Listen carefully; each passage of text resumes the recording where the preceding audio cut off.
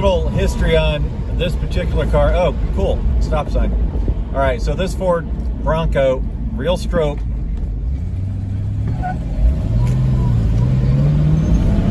Always does a little burnout every time he leaves a stop sign. Oh, it's funny. That is a really cool Bronco. He is driving the heck out of it today, and it was raised by Strope in 1975, so it's the real deal, and it's still on the road. And the current owner, has actually raced it as well. So very, very cool. He and his wife, very, very cool. So, anyways, for this 996, everything works. I don't think I mentioned that before. The horn works. The windshield wipers work. All the little things work. No issues that I know of offhand. For a little history of the car, I sold my 66 Mustang convertible, and I really don't want to, but I only had one garage spot for a cool car, and that was really, really beautiful, great car. And when I sold it, I just decided I wanted the opposite of, let's see if he does it again.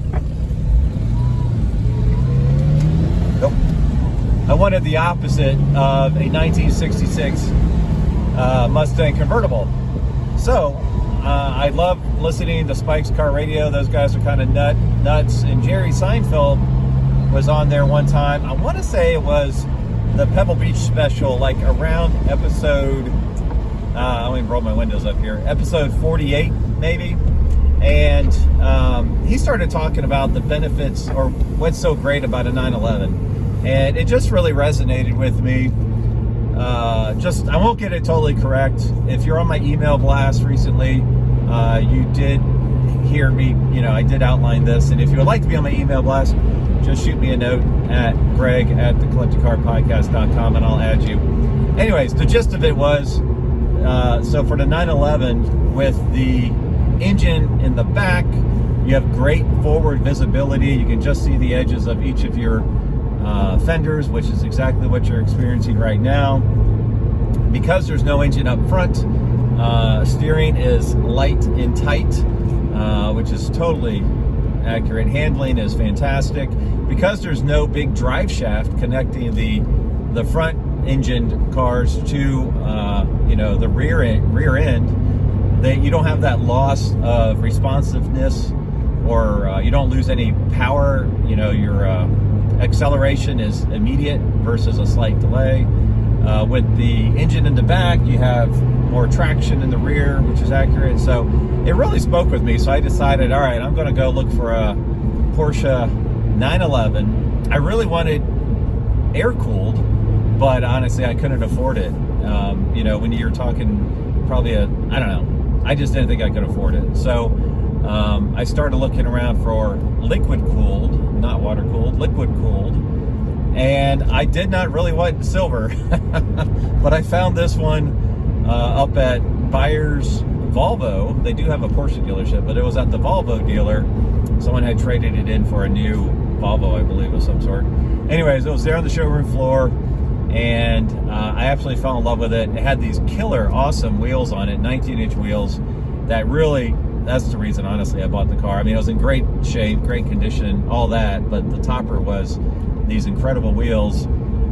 So I overlooked the silver paint job, and anyway, so I bought the car. Absolutely loved it. Well, it turns out those awesome 19-inch wheels were pretty rough riding, and then they were impossible to clean because they had, I don't know, it was something like a 20-spoke wheel, but each spoke had two like rivet bolts on it. So in order to clean it, the brake dust would just gather like crazy around it. And so anyways, it was just such a pain. It was a rough ride. I decided I'm going to get different wheels. So I reached out to my buddy Dale Oaks at Euro Classics. He does all the work on the car, and he had a nice comment earlier, vouching for this car. He found me some, I think they're called Techno Twist. So the 996 version, but they're fairly rare wheels, and put on some Michelins. And anyways, so that really made a big difference. 18-inch wheels versus 19-inch. So a big difference. They look great. They hold true to being a factory option, which I love. Anyways, and so then as I had the car, I always loved the ducktail spoilers on like the RSs and different, versions of the 911s over the years, and I thought, you know what, it might be fun to kind of have this car as a marketing tool for my podcast. And so when I started, looking into it, I thought, all right, well, what about doing some racing stripes? Honestly, I wanted to get a gumball for the car that would have the QR code for my YouTube channel. And in order to get a gumball for the car, it really needed racing stripes. And so as I looked into the history of Porsche racing, the only stripes that made sense were martini stripes, because martini stripes were on both white and silver Porsches. So I decided to get martini stripes put on with the ducktail. And you know what? I love it. It's you can really see it. And so when I go to Cars and Coffee or cruise-ins, I'll throw the gumballs on the car, and people will scan it with their phones. And now I have a new subscriber to YouTube. So if you would like to subscribe to my YouTube channel, just check it out at the Collect a Car Podcast. Anyways, that's basically the history of this car. I've owned it about 5 years. It will be 5 years November the 9th of this year. So I guess just a little bit over 4 years, 4 years and 4 months. And the only reason I'm selling it is I bought a 1965 Hypo Fastback Mustang I found in Amelia Island during Amelia Island Car Week in downtown Fernandina Beach under a tarp. So if you'd like to hear more about that car, I will have some information, some fun videos up on the Collect a Car Podcast YouTube channel in the coming months. So I just needed to free up a spot in my garage, and I've enjoyed this car for such a long time, and I've done everything to it to make it great for the next owner.